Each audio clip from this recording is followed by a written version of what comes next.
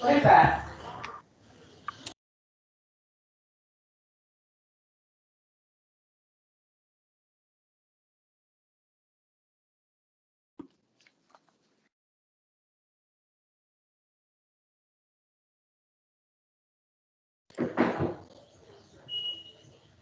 Hello, Tony. Hi, Sandra. How are you? Good. We'll wait a couple more minutes for some of our students to join us. Sure. It's not such a good night to be outside, huh? Nah. Yeah, it looks like it stopped. Well, yeah, it's still raining by us. Yes.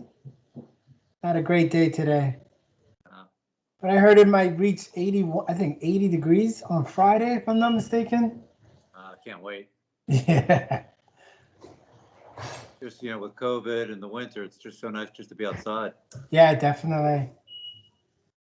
I'd say anytime it's above 50 degrees, I'm outside Yeah, as much as possible. same here. Hello, everyone. Thank you for joining us. We'll start shortly.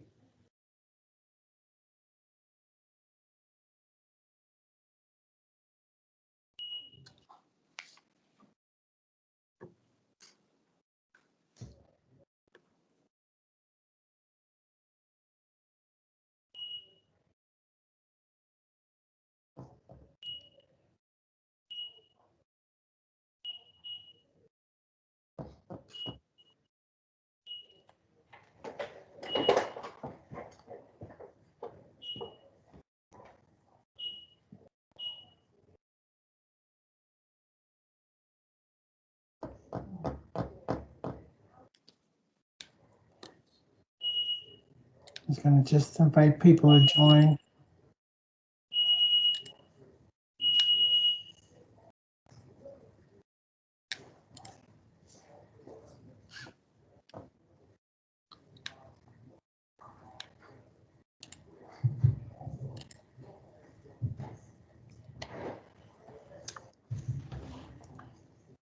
Really appreciate all the students joining us this evening. I know it's been a long day, so really appreciate that you're coming on for 30 to 45 minutes. But I can tell you this will be worth your time.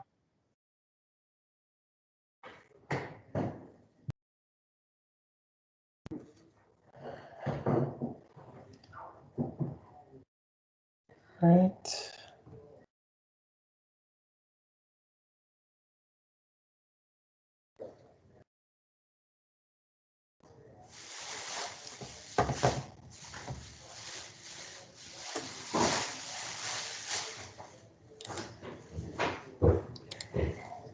All right, I think we'll get started.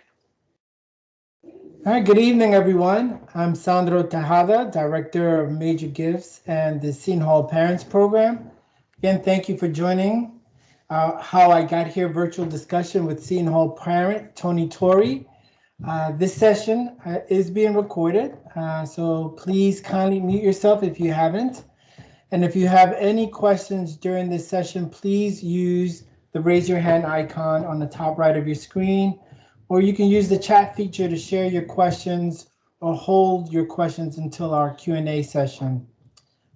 In our new speaker series, How I Got Here, Seton Hall University has tapped our wonderful parent community to share the career journeys with our students.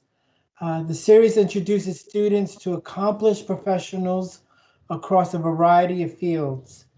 The series provides an opportunity for Seton Hall students like yourselves to get a unique firsthand perspectives about the careers enjoyed by some of our talented parents and our alumni. The idea is to empower you with a window into what potential pathways exist after Seton Hall. And I'm honored to have the privilege to introduce our guest speaker, Tony Torre. Tony is a senior managing director at Prudential Financial, where he leads the corporate development group. Tony, the virtual floor is yours. Hey, thank you, Sandra. Glad to be here.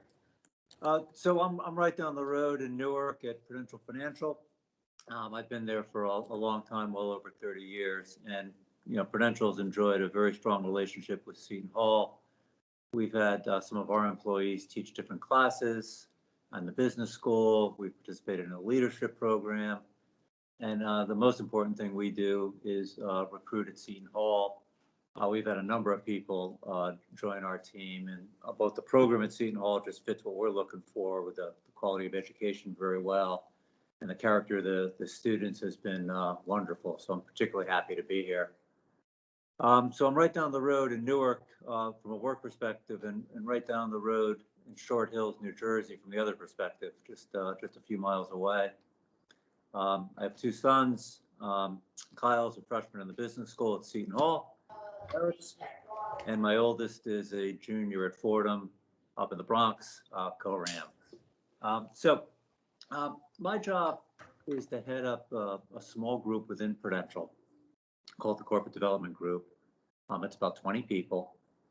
And our business activity is helping Prudential acquire different businesses that we think fit our strategic plans, both here in the US and abroad. We do a number of deals, functioning much like an internal investment bank for the benefit of Prudential and their shareholders. What's a little bit different about my own experience is I've had that job for almost 25 years. So you might have different people who speak in the series, and very often as people go through their career progression, they move very often with companies, but sometimes different jobs. But I've been in one company for a very, very long time and really doing one function for a long time. And I'll get a little bit more into the details of that in a little bit. But I wanted to share with you my own background and emphasize a couple places that I think might be relevant to some of you as you think through your own career decisions. So I grew up not too far away in East Haven, Connecticut, which is right near New Haven. I had an incredibly great family experience. I was very fortunate. But the place I grew up wasn't a big city environment. It wasn't what I would call business sophisticated. My high school was a big high school. Less than half the kids went to college, and a small fraction of that actually finished out. So when I was thinking about a college process, I didn't have a lot of people to talk to or a lot of questions. I was the first person in my extended family to actually go away to college, and I ended up at Boston College, which was incredibly fortunate for me. And that was, one of the first big decisions I made, where to go. Then the next decision I made was what to major in, and I picked accounting. And as I look back now, my own decision and what to major, I didn't spend a lot of time thinking about that either. I wanted to pick something where I had a strong probability of being employed and having a commercial outcome. So somebody told me that, there was always accounting jobs. I kind of liked that. I wanted something that was analytical and kind of hard. People told me accounting was challenging. I liked that. And that's just what I decided to do. And as I was graduating Boston College, I followed a very similar path. Almost everybody in accounting was focused on some of the big public accounting firms. So I went through the recruiting process for them, had a bunch of different opportunities, and chose to begin my career at Arthur Andersen, which at the time was one of the big 8 accounting firms. And they had a great training program, which I was very interested in. They had the opportunity to travel, and just the idea that somebody was going to pay for my flight and hotel and meals and let me travel, I just thought was spectacular. And I liked the people that I met. And what I quickly learned when I started that job is that, while it's an excellent opportunity for many, many people, it wasn't a particularly good fit for me. And I had not spent enough time thinking about my own strengths and weaknesses and what I like to do, what motivated me, and the type of day-to-day work I was looking at. So at the time, I was pretty disappointed in myself, because up till then, I'd worked really hard on a bunch of different things. And I was kind of thinking, one of the first decisions I made, I kind of blew it. So I became a little bit more interested in being self-aware and getting input from other people. And I got some input to go to business school. So I went to Chicago, where I got an MBA.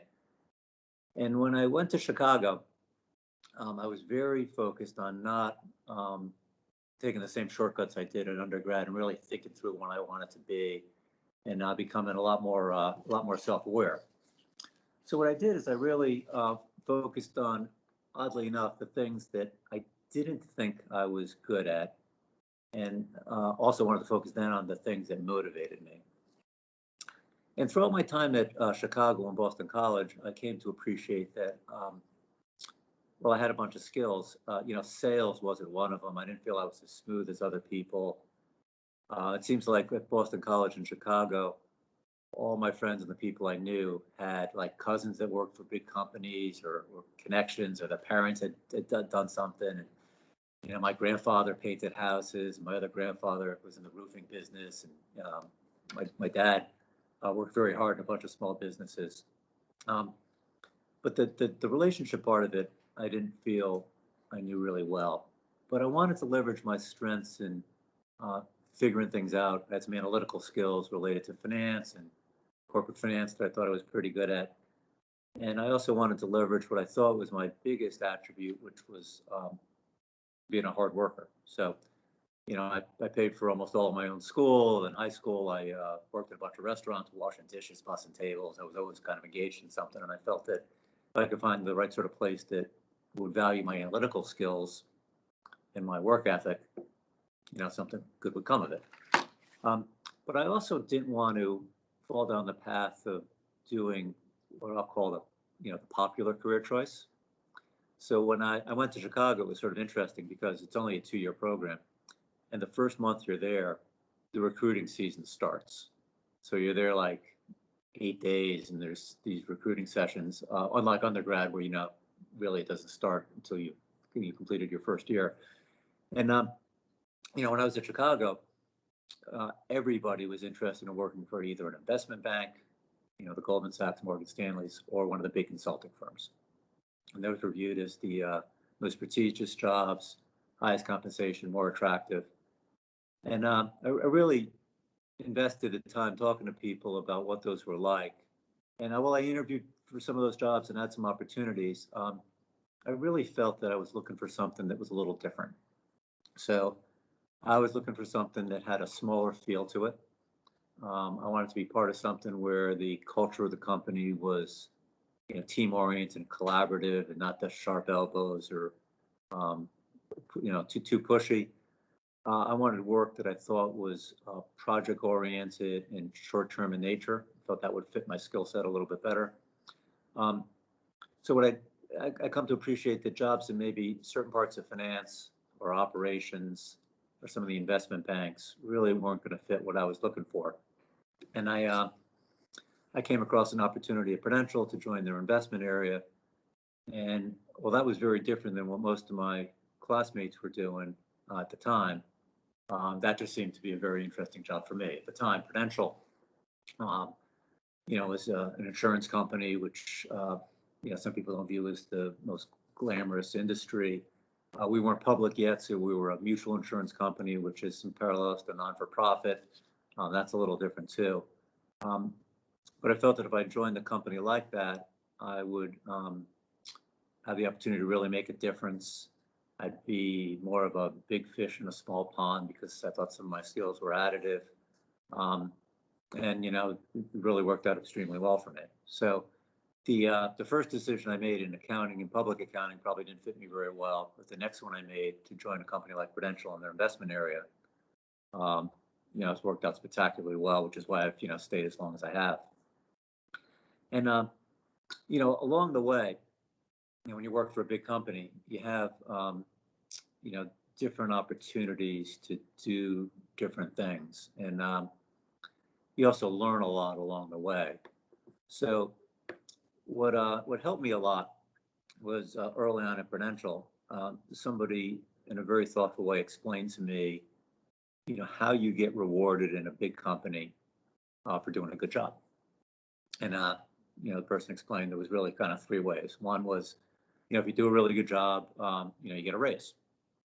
And that's, that's good. You make a little bit more money. And if you do a good job, you can get promoted, which, also has some advantages. But they pointed out the real benefit to doing a good job is that you get opportunity. So it's not the raise, it's not the promotion, it's the opportunity to do something different. So as I was in Prudential's investment group, I had been able to accomplish some sort of interesting things, and people appreciated the contribution I was making. And I got some opportunities to do different things, including to actually start up the corporate development group that I'm part of now. So when I was in my mid-30s, the executive management team asked me to, to head up what at the time was a group of 2 people, me and this junior associate I was working with. And I had the opportunity to be responsible for an area, to create something from scratch, to design how the corporate development function could help Prudential meet its goals, to meet a lot of extraordinary people. And it was really that opportunity that helped, for me anyway, accelerate my career. And there was a lot of things I learned along the way, and a lot of just incredible experiences. So now I've been doing this job for a long time. And just to share a little bit about the types of things we work on to give you a sense of it. Our goal is to buy things that enhance Prudential's business mix and bring us capabilities and help us grow. So for example, a while ago, we bought into a retirement business in Chile. If you ever have the chance to go to Chile or Santiago, it's just an incredible culture, more like a European feel. And in Chile, the retirement approach they have from a policy perspective is very different than here in the U.S., where it's employer-based and Social Security-based, and I think very much better than the one we have. I wish that Biden and the administration would think about switching. But that was an interesting deal we did. We recently sold our Korean insurance business, which was an attractive business, but probably didn't have the growth potential that we were looking for. We bought an investment management company in the UK that has a particular capability that we think is additive to Prudential's business. And we've done just a lot of, I think, very interesting transactions. Not all of them happen, but many of them do. And that's what's kind of kept me coming back to the office, or these days home, day after day. So I probably spend, 70% of my time working on these different transactions that we're doing, leveraging, the finance and accounting skills that I've acquired over time. And then I spend the rest of the time on more overall business issues and management issues. So one of the things that I enjoy, and one of the reasons I'm here, is helping people early on in their career find their passion. I do some work with interview workshops on how to interview, how to network, what type of job different people like. And I think in that, a small group environment or a one-on-one basis, much like my job at Prudential, you can really make a difference to an individual, helping them find what is right for them, because it's such an individual thing. So anyway, thanks for the opportunity to share my journey. I'd be happy to take any questions people on the video have, or discuss any topic that you think would be helpful. Yeah, thank you, Tony, for sharing your career pathway and giving us an inside look and getting to where you are at this moment at Prudential. So if anyone has any question for Tony, feel free to raise your hand and introduce yourself. And when you introduce yourself, of course, give your name, what's your major, what year you're in at Seton Hall, if you like. Any questions? Here you go. All right, Ariana, go right ahead. Hello, nice to meet you. I'm actually in Kyle's leadership class, but I'm a sophomore, and my name is Ariana, and I'm majoring in marketing and English. And my question to you is, was there something specific in college or just your experience, like when you were younger or in high school, that kind of led you to the career path you are at now, or any mentors or, I guess, college classes that really swayed your decision? Well, there's probably, it's an interesting question. There's probably a bunch of them, but in a strange way, what I do requires the ability to articulate things in a confident way.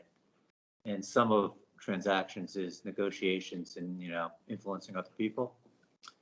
And the class that I took that was very powerful for me was a business speaking class. So early on, I tend to be more of an introvert than an extrovert. And I think I'm reasonably articulate. particularly early on in my career and in life. I didn't feel that I was as influential as I could be. And I took a couple of classes, including a class at Boston College where it was a TV workshop. You did some stuff on TV on some topics. And I learned a lot on how to present ideas to people, but more importantly, it gave me like just a ton of confidence. I felt that if I could speak on TV, where I knew my roommates were watching and kind of teasing me and making fun of me, then speaking at a meeting just seemed so much easier. And that little confidence boost, I think, really made a difference. So even though it wasn't a financial topic, I think that was impactful to me. Great, thank you. Thank you. Any other questions from our students? Hi, I'm Catherine. I'm a finance major and a sophomore. Oh, sorry. Okay. So you said that you were an introvert before, and kind of the class that helped you have like that moment. What kind of, as an introvert or someone who maybe wasn't so strong with public speaking before, gave you kind of the courage or maybe the motivation to do well or plan out what you're going to say? Well, I think, it goes back to, everybody has sort of strengths and areas for development. And for me, I never thought of myself as a super powerful speaker, but I did think that I was very good at preparing and hard work. So as I've gotten more experience, I do a lot of stuff with our board. And I find I probably think about it a little bit more and prepare a little bit more for the presentations I make, going through the questions they might ask me, being super familiar with the topics. And that sort of mitigates my perception that I'm probably not as maybe smooth as other people, or I don't have the same presence as other people, so I over prepare. So that's helped. And then, throughout my career, I've probably gotten more advice than I know what to do with. But the former CFO of Prudential, who I reported to, I was going in for a board presentation earlier in my career, and he gave me some advice that I thought was just very, very impactful. He said, "Tony, you're going to do this board presentation, but remember when you go in there that everybody in that meeting is your friend and wants to see you do well. You have nothing to be nervous about, nothing to be anxious about. They're on your side, they're your friends." And just that feeling that it's not a conflict and that those people are supporting me. No matter what you're doing, everybody has a little bit of anxiety, whether you're asking a question in class or giving a presentation, but just having the mentality that they're for me, not against me, and remembering that just kind of lifted me up a little bit, and I think made me a little bit more effective.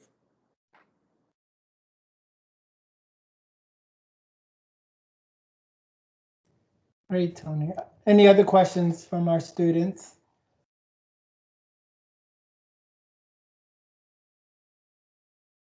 Well, Tony, I have a question for you. I know you mentioned helping people at your company, especially those that are early in their careers. And you mentioned how you've helped in regards to interviewing.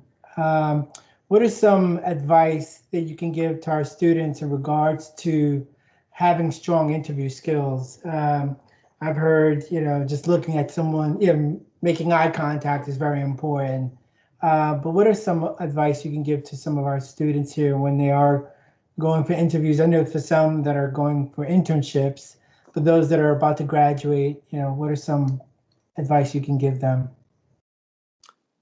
I'd be glad to answer that. But before I do, maybe I can pose a question to you, Sandra, and the group. So one of the things I do at Prudential is, we interview people and then we all sit around the table or have a virtual chat, and you get the feedback on a particular candidate and whether people liked them or didn't like them or they thought it would fit. So what do you think the clear number one reason is why people don't get the call back or don't get the offer? In my experience, the absolute number one thing that sometimes people say dings people. What would your guess be on that? Sandra, you can contribute here too. So that's a good question. From my experience, I know from interviewing folks in my career, I think it's always been someone overselling themselves, uh, where sometimes you just I don't believe that they're actually telling the truth at times when they're interviewing. So for me, it's coming across as being authentic. That's important. So I think for me, just my experience in interviewing, yeah, that's one thing that I've experienced as well. Well, this is how you know this wasn't a planted question because that wasn't the that wasn't the one. I Any totally. other any other guesses? Well, it's funny because the the dominant reason is that people say, "Gee, um, I had that interview with Tony, but I wasn't sure how interested he is, and I wasn't sure if he wanted the job." It is the simplest thing, but some people they're not confident enough to ask for the job. Some people think it's like other parts of your life where playing a little hard to get can kind of help. And what I recommend to people is that when you do these interviews, um, almost all the time you get a couple of questions which you should be very thoughtful about. And when the interview is winding down, you get a chance to say thank you and make one last memorable comment. And I think it's important in that comment to not leave any doubt in the interviewer's mind that you're interested and have a couple of specific reasons about why you think you would add value to the company and why you think it could be a very interesting job for you. That's the last thing you want to leave vague for somebody. And well, there's a lot of hard things about interviewing, talking about your weaknesses and your experience, and you might get some hard questions. The ability to clearly articulate that you want the job, I think, is one of the easier things to do. Sounds so basic too. So, And Tony, you also mentioned the idea of networking, how important that is in regards to maybe having opportunities that would come up within your industry or even the organization that you're in. Again, if you could share some advice or an experience in regards to how networking helped you in your career path.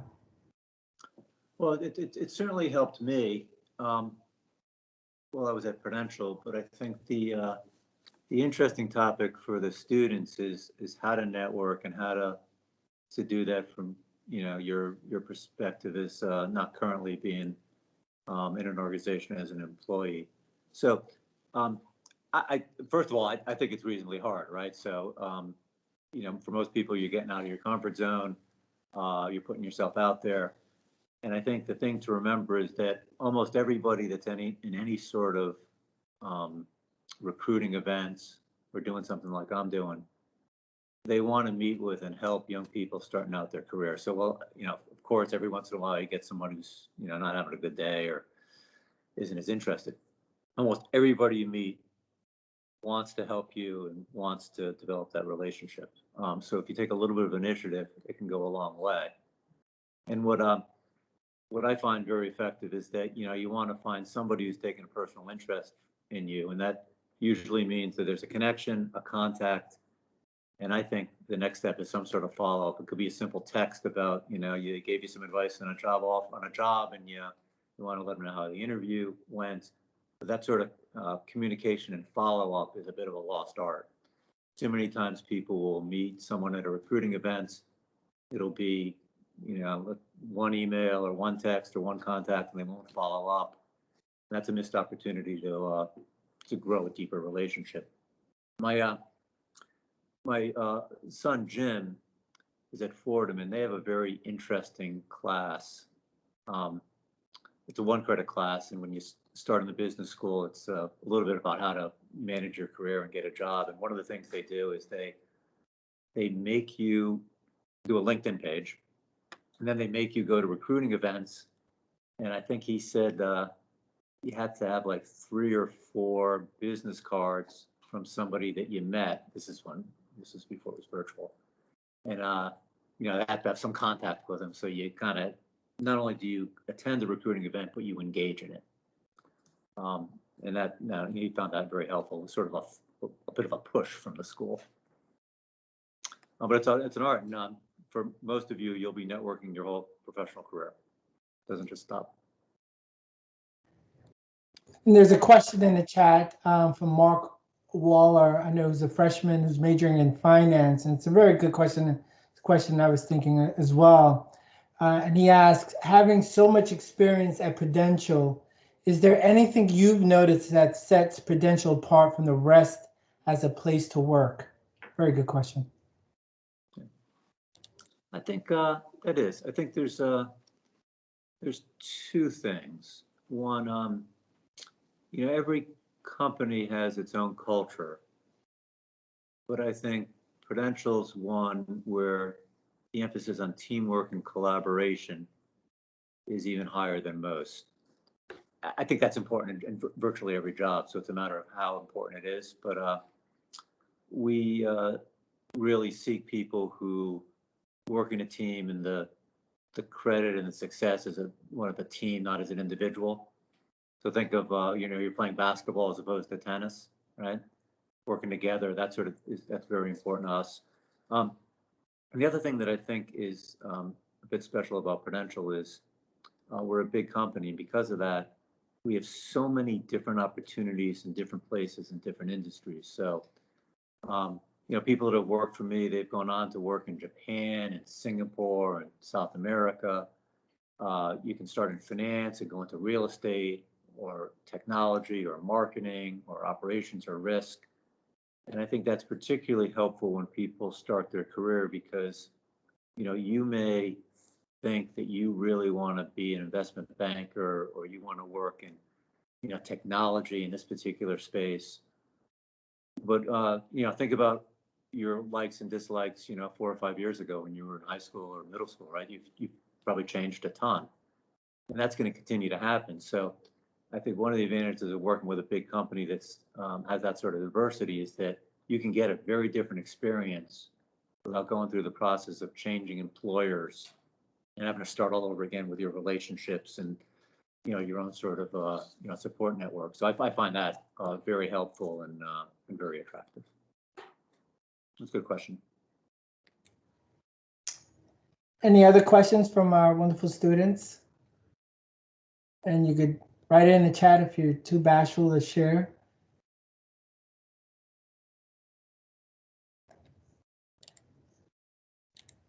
Well, Tony, I have one as well. I mean, I guess the other part of it, being at Prudential for 30 years, the other part of it could also be on the flip side, being there for so long. How do you find motivation for yourself and for your team to continue to be successful at the job that you're in? Well, I think there's a couple of parts of that.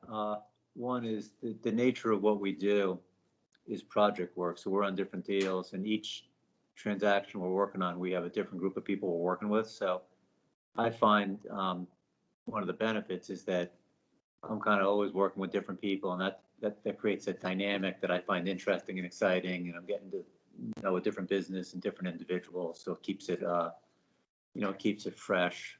That's very helpful. The other thing that I find interesting is that, I think the perception that insurance is not changing or not as dynamic or not as interesting. Some people told me there's that perception, but what we're doing is, I think, the opposite of that, right? So we're expanding into new countries. We're changing our business mix significantly.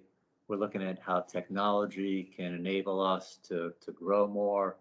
We're thinking of ways to outsource different capabilities to places where it can be done more effectively. Right now, we're thinking about having more post-COVID, more work from home, and what the dynamics of that are like.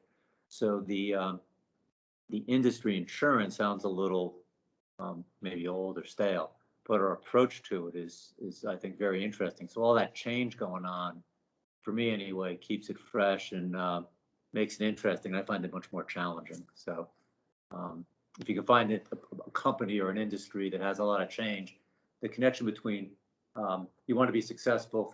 To be successful, you need opportunity, and most opportunity comes from change.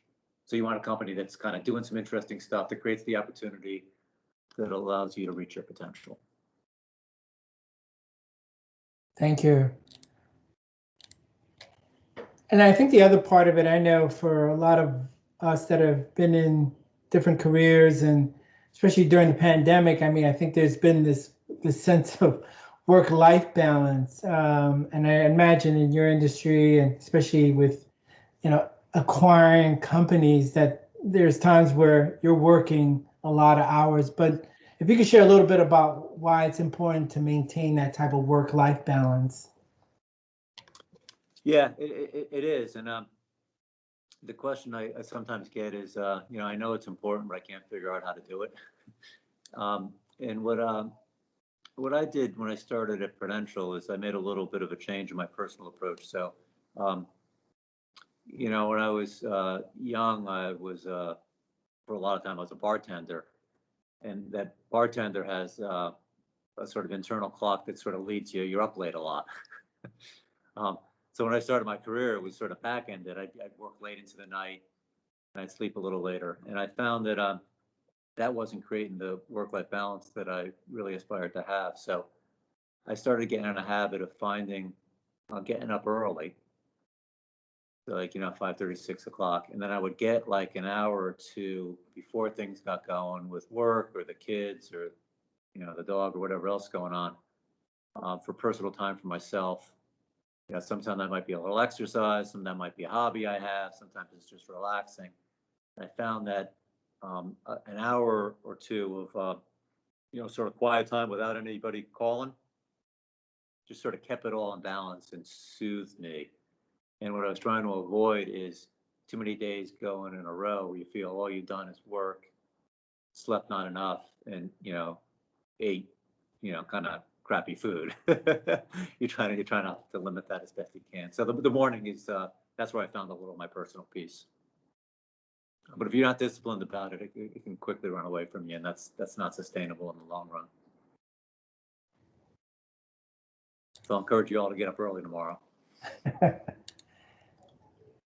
Well, I don't want to keep asking all the questions. So again, if any students have a specific question for Tony, I know it's been a long day, but if you have any, please share.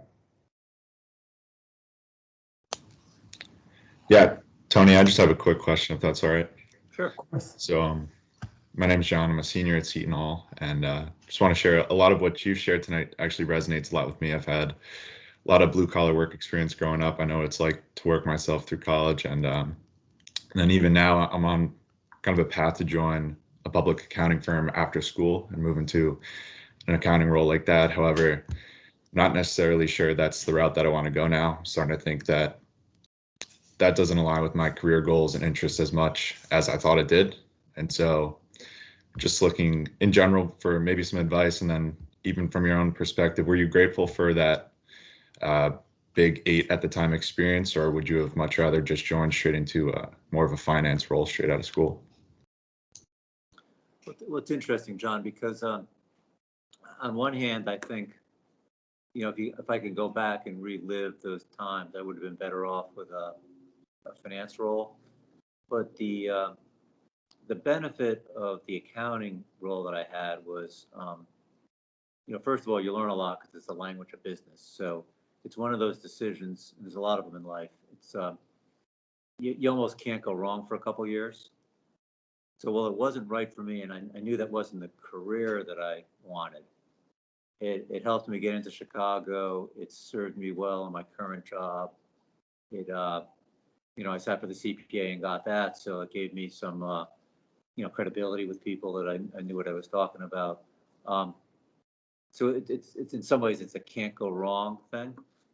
The other thing that this didn't happen for me, but it happened for a lot of my friends. Arguably the most attractive thing about public accounting is you get exposure to different industries. So, usually accounting firms have clients, and they could be, a technology company, manufacturing company, a small business, financial services company. So you get to see a lot of stuff.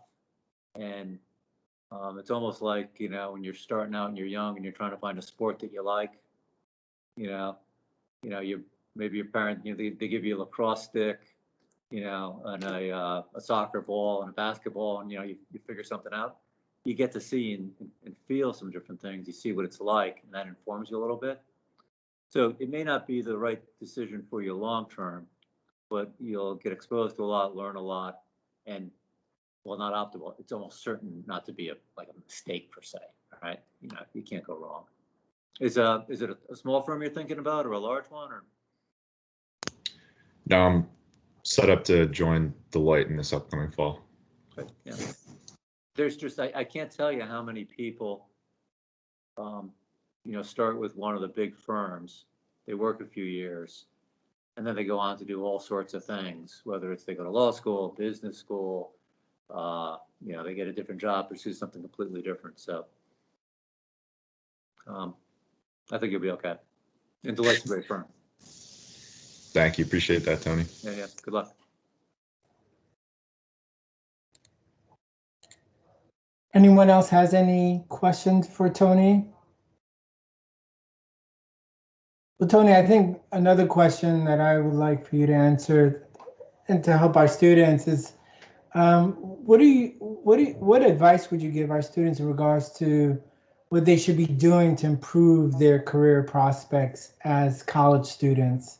I know one of the things that attracts a lot of our high school students to Seton Hall is these wonderful internships that we provide in all different types of sectors. But is there anything that you recommend? You know, I know you mentioned in regards to interviewing, but anything else that you think that you can share in regards to improving their career prospects? Yeah, sure. There's probably a couple of things to improve your prospects. One is, and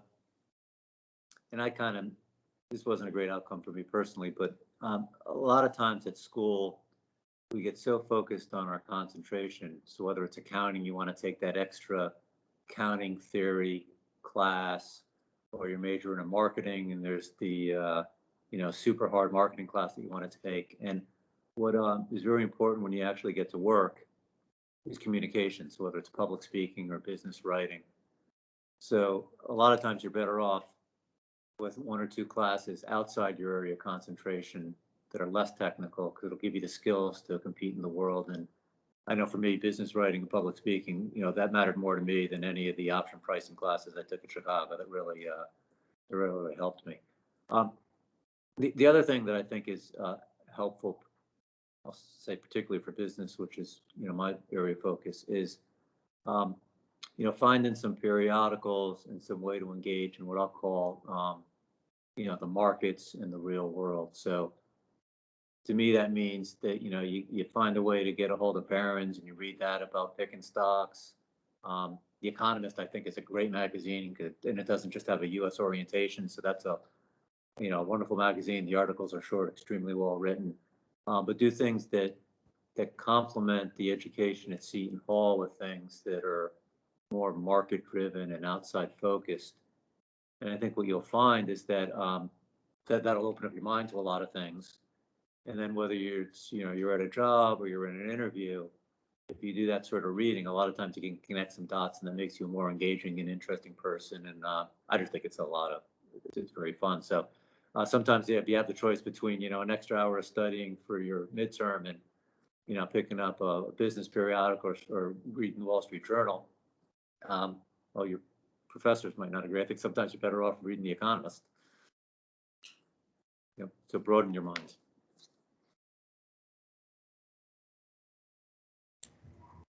Thank you, Tony. And I think we'll, you know, have about 4 more minutes left in the presentation. Tony, I mean, I was surprised to hear when you mentioned that you were asked to start up the corporate development group, and it was just you and someone else. But can you share a little bit about how large the group is now, and is this something that you feel was, you know, something that you're the most proud of in regards to building something from scratch and seeing it grow to what it is now?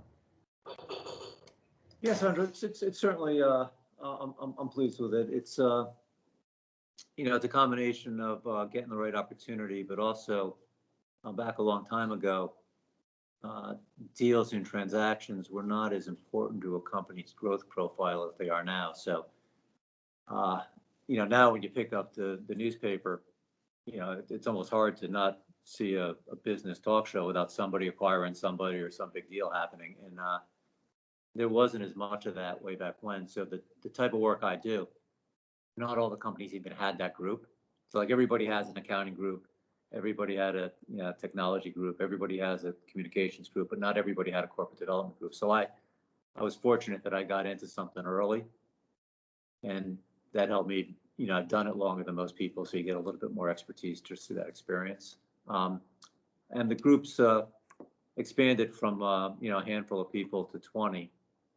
But it's still, in the scheme of a big company, still a very, very small group. So a lot of the people that I work with, they manage groups that are hundreds and hundreds. But that doesn't fit my strengths or my interests. I'd rather, like the 20 people in the group, like I know their dog's name, I know their kid's name, I know what they're doing, I know their sports teams. There's that connection, and I enjoy that. For me, anyway, to be charged of a bigger group, I'd lose that and would not be as fulfilling.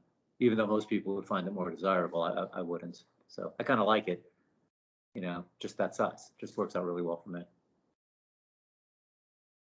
Maybe you feel the same way. You're in a lecture class or a small class, and some people like the lecture classes. They're a little more anonymous. You can choose when to participate. Some people like the small classes because you can engage and you actually get to know your classmates because you're all discussing things. It's a very personal preference topic.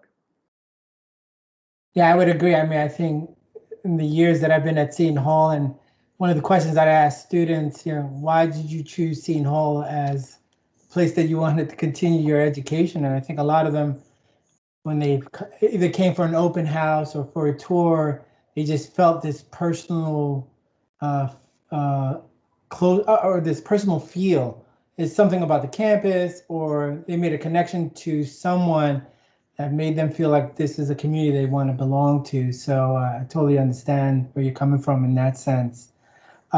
Since we're about to wrap up, any final words you want to share, Tony, with our students, before we end our meeting today? And thank you again for sharing your career path and sharing advice with our students today. We really appreciate it. Well, thanks, Andrew. I appreciate the opportunity, as well as I know things are very busy on campus. So my parting thought is that I'm hoping that I have an opportunity to do something on campus, in person, that's related to, expanding your knowledge, finding opportunities, developing skills, and I can actually see everybody face to face as opposed to on my iPad. I mean, this is great, but it'll be even better maybe in the fall when we're all on campus. That's what I'm keeping my fingers crossed for. From your mouth to God's ears, we all feel that way. But again, thank you, Tony. Thank you all to all the students that joined us this evening. I know you have a lot on your plate, but really appreciate you being a part of this series. And as Tony mentioned, we'll definitely continue this conversation in person in the fall. And I know Tony has mentioned to me he really wants to be involved in helping our students with interview skills and how to network. So we'll see Tony definitely in the future. And again, Tony, if it's okay with you, if any of the students are interested in connecting with you, where they could start networking, I hope that's okay with you. If I can, maybe I'll share their emails with you, or you can share it, Sandro, and I'm happy to do that. And if you want to talk about Prudential in any way that's helpful, I'm glad to do that. Okay. So anything that you think would be helpful for the students individually, collectively, I'm glad to do it. That's kind of why I wanted to do this session. So appreciate it. Thank you so much, Tony. Thank you, everyone. Have a great evening, and go Pirates. Yeah. Take care, everyone. Thank you. Thank you. Thank you. Thank you, Tony. Appreciate the time. Thank you.